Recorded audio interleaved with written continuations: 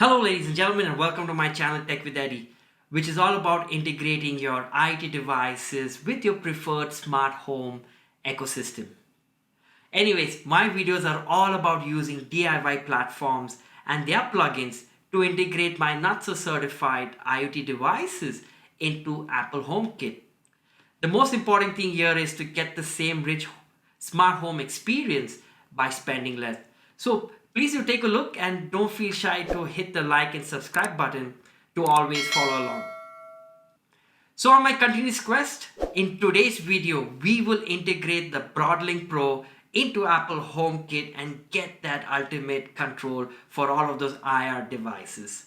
Now with this plugin and this device, basically you can control your dumb devices using the infrared and radio frequency that comes with this device.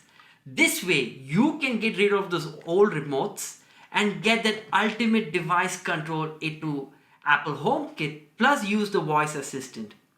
But mind you, setting up this plugin requires some good amount of patience so that you can capture the hex codes with the device in learning mode and also ensure the functions are configured correctly. Now don't worry, we will see all of this in the tutorial. Additionally, to help you further, don't forget to check out the video that I did on understanding the config.json as well. So for all of this integration to work with Apple HomeKit, we will need one, a BroadLink device. We will be using this BroadLink RM4 Pro. The same can be applied for the RM3 as well as the Mini. Any IR control device. So we will be using this 11-year-old TV that's over here. And number 3, your preferred DIY platform. I'll be using the hoobs out of the box, but you can also do this with homebridge as well. Now I broke into the video into 3 parts with their timestamps in the description. They are 1, installing this device to your network, a very quick overview. 2, the plugin install, we will cover the initial configuration. And 3, adding this device into Apple HomeKit. So let's not waste time like I always say, and let's jump into this tutorial. So installing this device is very straightforward. Connect it to your power supply, make sure it's online, and then you got to open up the app, download the app and install the device. But you want to make sure that this device itself connects to the 2.4 gigahertz. It is exposed to your network. So if you have a dual band network, a 2.4 and a 5 gigahertz network, this is going to be exposed on the 2.4 gigahertz. And the device that you will use to install this BroadLink Pro needs to also be on the 2.4 gigahertz. So you want to take note of that as well.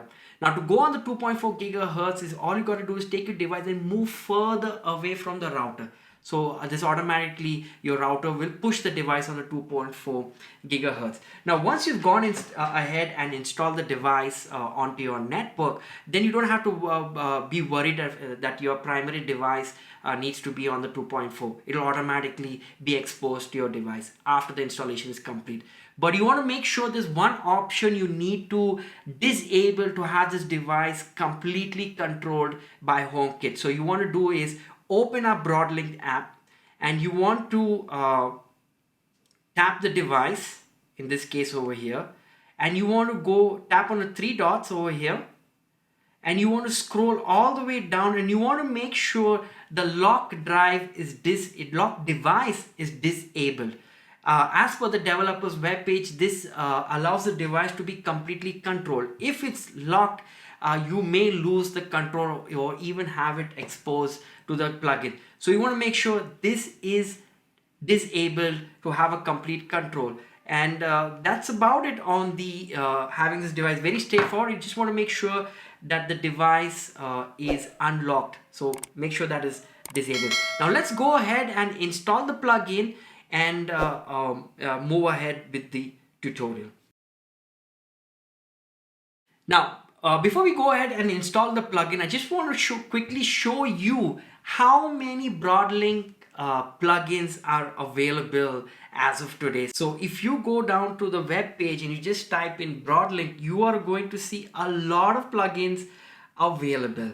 Now, some of my tips that I should had provided in my config.json video is look for the one that is more latest, look for the one that has a better quality. So as of today, there are two plugins that are more updated, or in other words, often updated.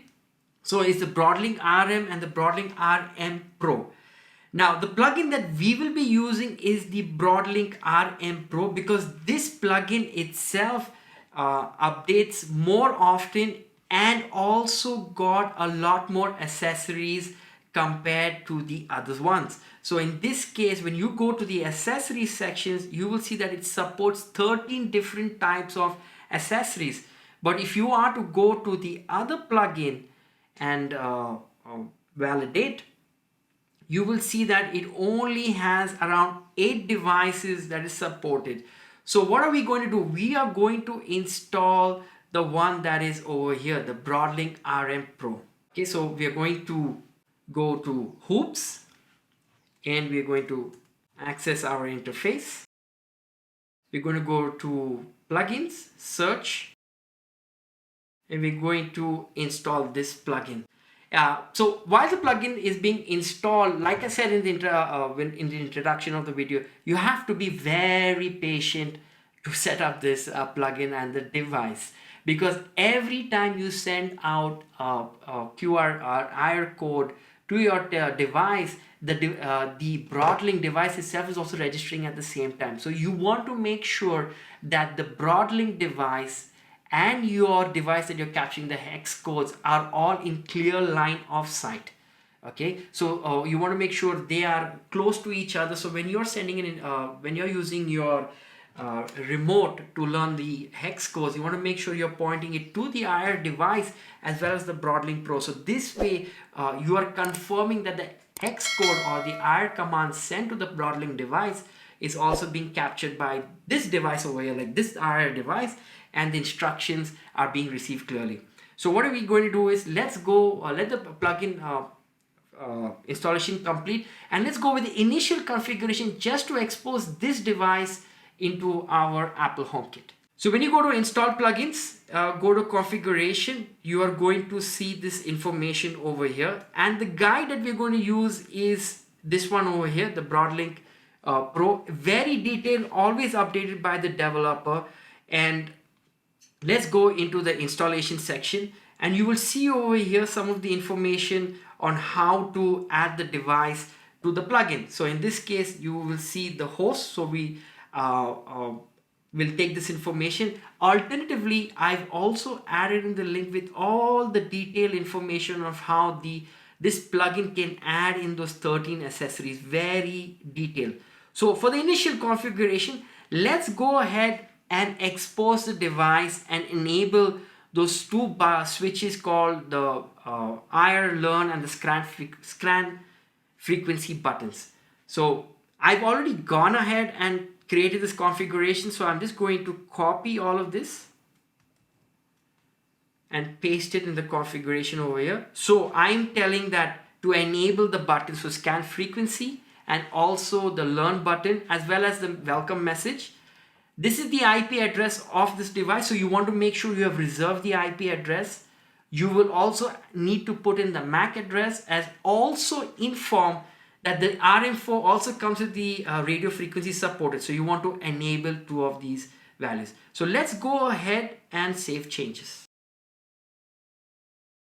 So let's go into our logs, and you will see that the plugin has been installed. You can see that there is a welcome message. So please don't forget to go to the developer's webpage and give him a star or buy him a coffee. And you also see that the switches have been made available to Apple HomeKit. So that's about it. That's how you have exposed the device to Apple HomeKit. You won't see any other switches besides the learn and the scan frequency, and very basic configuration, and that's how now we have the device in Apple HomeKit. Now let's go ahead and add this 11-year-old TV that I received as my wedding gift. It can only be controlled via the remote. It has got no Wi-Fi connection, no Ethernet connection, and also no IP address can be assigned to it.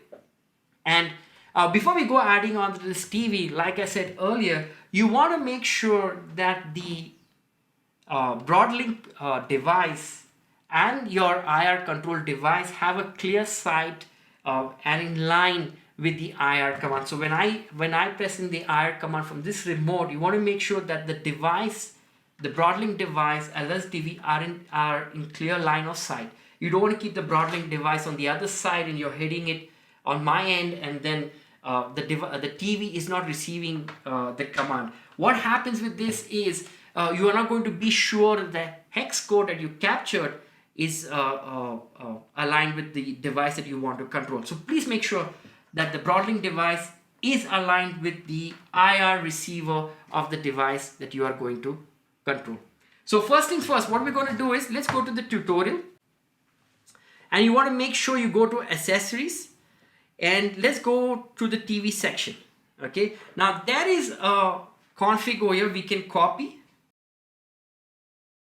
and let's paste it in the JSON.lint and validate JSON.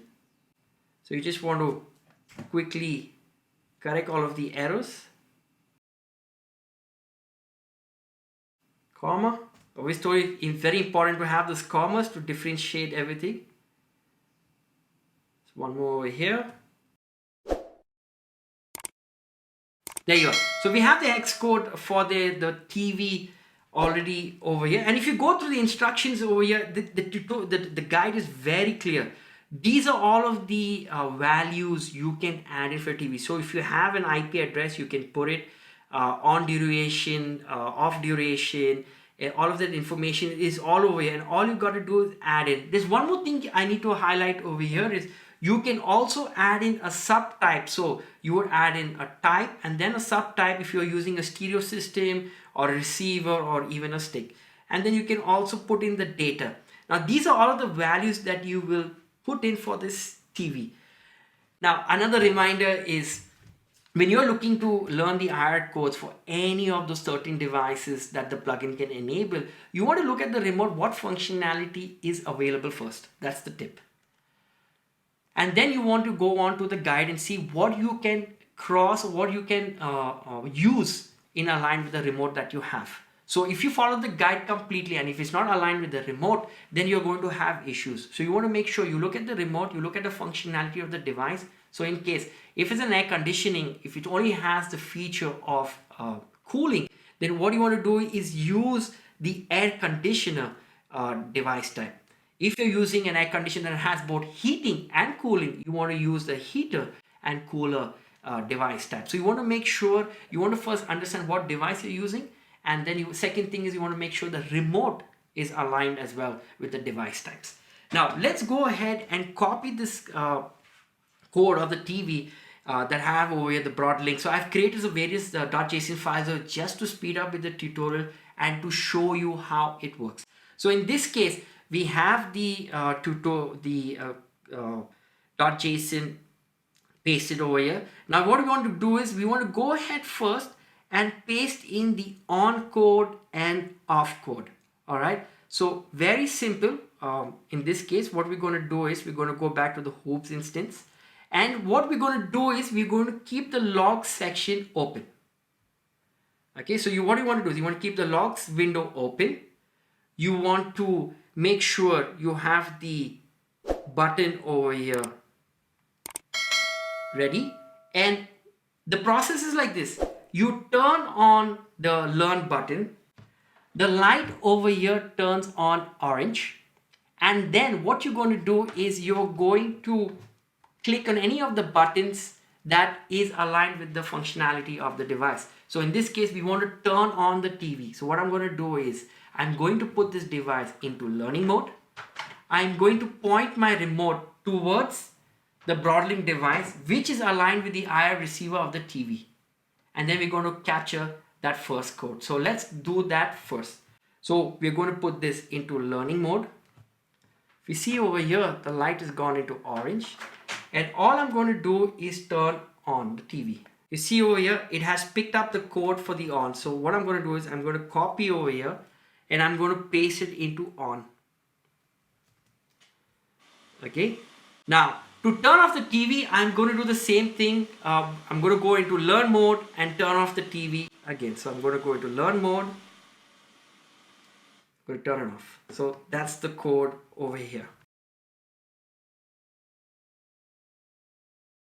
Now what I'm going to do is I'm going to continue doing the same thing, because you can also add in the remote value. So in this case, I can do the select, the top, the bottom, the left and the right. So I can add all in these values. I can also add in the volumes over here, as well as some of the inputs as well. So let me go ahead and do that quickly, and then we're going to come back and have all of that information pasted into the configuration. So I've completed all of those commands one by one, of making it learn of all of the commands that I want from over here. Has been learned by the device. I've got all of the hex code. So what I'm going to do is I'm going to copy all this configuration and put it into the plugin. So I'm going to copy here, go into the configuration, Control A, Control V. So before we save it, there's another thing you can do over here. The moment you have completed all of your learning and all of the information that is required for your device types, you can go ahead and hide these switches. So let me go and it's already done over here. So I can go and change it from false to true to hide all of them. So I've hidden the scan frequency, the learn button, as well as the welcome message. So let's go ahead and save changes. Give it a couple of seconds for it to restart. Now to add the device is very simple. All you got to do is go and check the logs, and you will see that it will ask you to add the device manually using the setup code. So let's go ahead and open up the home app. Let's tap on add accessory. I don't have a code, and you will see that the TV has shown up here. So let's go click on it, add anywhere, and let's type in the code, continue, select the room, the name, and also the inputs, continue, done. So you've seen that over there that the switch is, the TV switch is there already. So let's go ahead and see if it works now.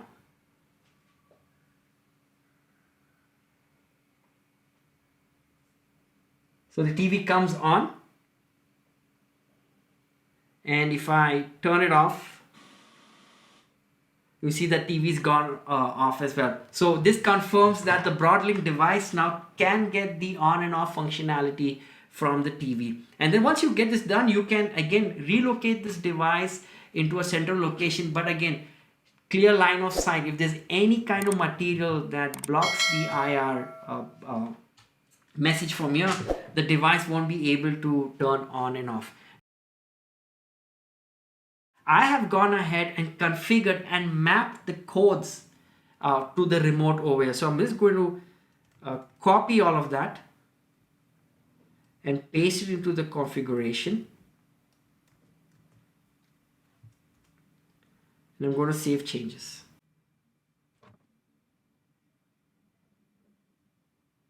And what I'm going to do is, now I'm going to open up the remote app, and you can see that I've got another control altogether, just using the basic layout of the remote control. So I'm going to turn on the TV.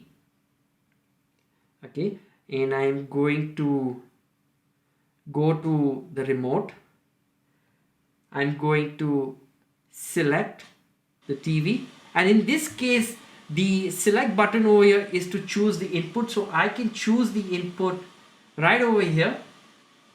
So it changes, and also at the same time I can also increase and decrease the volume as required. So let it go on to that static, and then I can increase and I can decrease.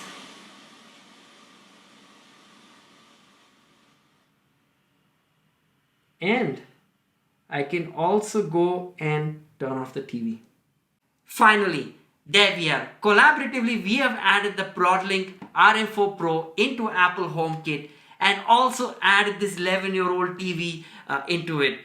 Now to keep all of this going, please don't forget to hit that like and subscribe button to follow along, because that's the real driver, that's the real motivator to bring all of this content for us.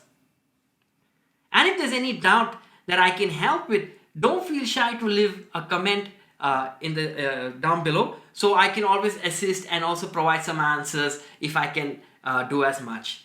And don't forget to visit the developers web page, and don't forget to give them their star as well, because they really deserve this as well. So until the next time, my friends, stay safe, cheers, and happy automation.